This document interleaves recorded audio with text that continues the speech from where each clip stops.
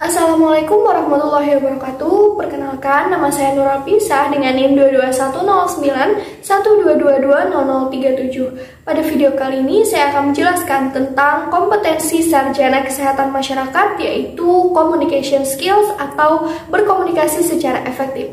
Yuk kita simak video berikut ini. Yang pertama akan kita bahas di sini adalah apa sih itu komunikasi kesehatan masyarakat?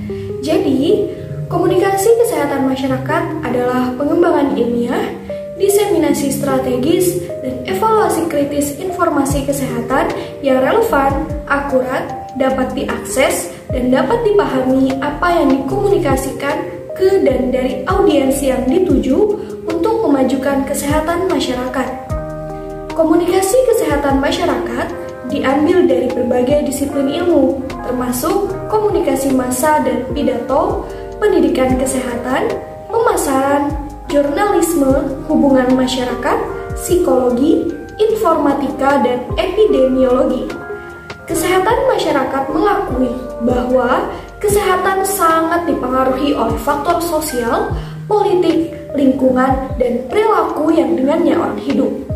Komunikasi kesehatan masyarakat merangkul perspektif ekologi dengan mendorong strategi dan intervensi komunikasi bertingkat, seperti pesan yang disesuaikan pada tingkat individu, pesan yang ditargetkan pada tingkat kelompok, pemasaran sosial pada tingkat komunitas, advokasi media pada tingkat kebijakan, dan media kampanye di tingkat populasi. Selain itu, strategi komunikasi kesehatan masyarakat sering digabungkan dengan upaya intervensi lain, seperti pengorganisasian komunitas atau pembangunan koalisi untuk menghasilkan intervensi kesehatan masyarakat bertingkat. Kesehatan masyarakat lebih berfokus pada peningkatan kesehatan komunitas dan populasi daripada mendekonstruksi mekanisme komunikasi yang mendasarinya. Komunikasi kesehatan masyarakat secara inheren bersifat intervensionis, berusaha untuk mempromosikan dan melindungi kesehatan melalui perubahan di semua tingkat pengaruh. Ketika disusun dengan baik, diterapkan dengan hati-hati, dan dipertahankan dari waktu ke waktu, program komunikasi kesehatan masyarakat memiliki kapasitas untuk menimbulkan perubahan di antara individu dan populasi dengan meningkatkan kesadaran, meningkatkan pengetahuan, membentuk sikap, dan mengubah perilaku. Meskipun inisiatif komunikasi sering menargetkan perubahan perilaku yang berkontribusi langsung terhadap morbiditas dan mortalitas, komunikasi kesehatan masyarakat juga menargetkan perubahan sosial, fisik, dan lingkungan yang dapat mempengaruhi hasil kesehatan. Nah, sekarang bagaimana caranya melakukan komunikasi kesehatan masyarakat dengan efektif? Yang pertama adalah melakukan pembicaraan dua arah.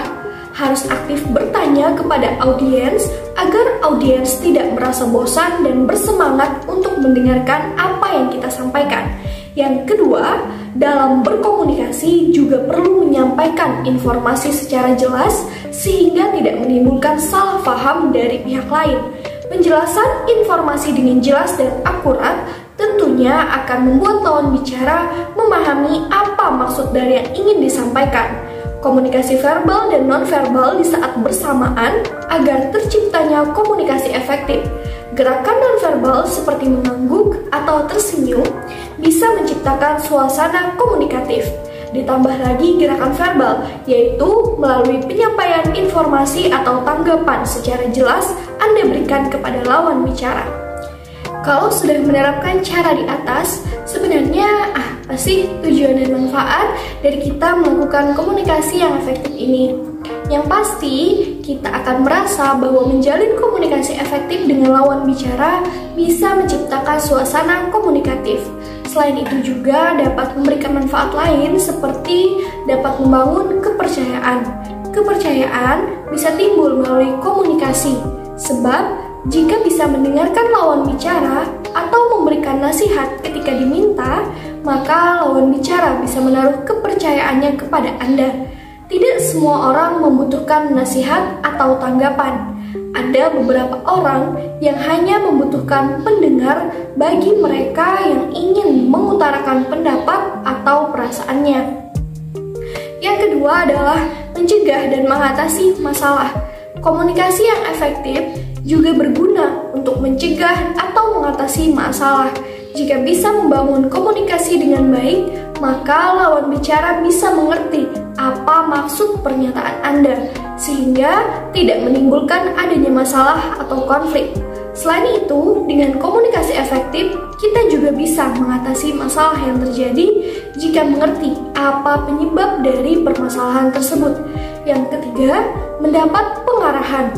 Ketika Anda memiliki kemampuan dalam menjalin komunikasi efektif, maka akan lebih mudah menyampaikan harapan Anda dengan jelas.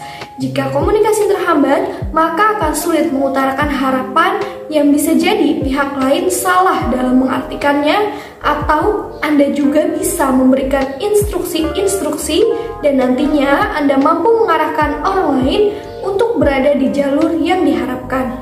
Dengan begitu, tidak akan ada kebingungan yang terjadi karena kesalahan dalam berkomunikasi. Yang keempat adalah meningkatkan kekompakan.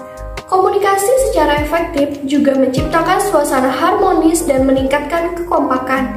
Dengan begitu, rasa percaya antara satu sama lain juga akan terbentuk. Dengan begitu, Anda akan merasa dekat satu sama lain sehingga menciptakan hubungan yang kompak.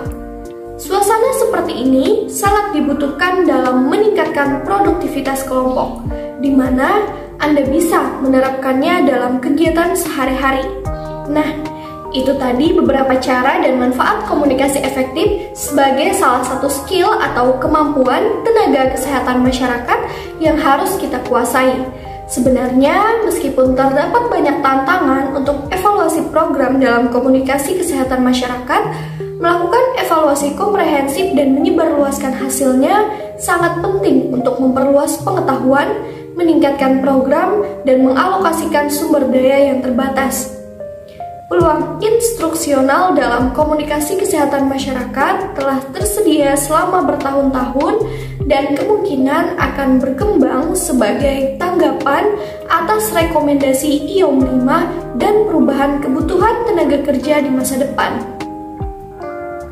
Banyak sekolah dan program kesehatan masyarakat sedang mengembangkan program akademik dalam komunikasi kesehatan masyarakat, termasuk program sertifikat dan konsentrasi dalam program MPH pembelajaran tradisional dan jarak jauh. Namun, untuk memastikan bahwa program-program ini mempersiapkan siswa dan siswinya secara memadai untuk karir dalam komunikasi kesehatan masyarakat, kompetensi disipliner harus dikembangkan dan disebarluaskan secara kolektif. Idealnya dengan dukungan dan arahan dari lembaga federal atau organisasi nasional. Akhirnya, profesional komunikasi kesehatan masyarakat memiliki tanggung jawab untuk berkomunikasi dengan baik satu sama lain, untuk memfasilitasi pertukaran informasi dan menerjemahkan penelitian komunikasi kesehatan masyarakat ke dalam praktik. Komunikator kesehatan masyarakat perlu menjadi lebih terlihat dan vokal dalam organisasi profesional kita. Keterampilan komunikasi penting untuk semua profesional, terutama di bidang kesehatan masyarakat. Komunikasi yang baik akan membantu Anda mempresentasikan penelitian, menyampaikan informasi kepada anggota masyarakat, berkoordinasi dengan rekan kerja, dan membangun hubungan dalam bidang kesehatan masyarakat. Mengembangkan keterampilan komunikasi Anda memiliki banyak penghargaan.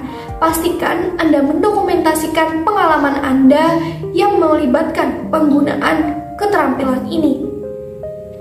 Sekian yang dapat saya sampaikan. Mohon maaf atas segala kekurangan dan terima kasih atas segala perhatian. Saya ucapkan wassalamualaikum warahmatullahi wabarakatuh.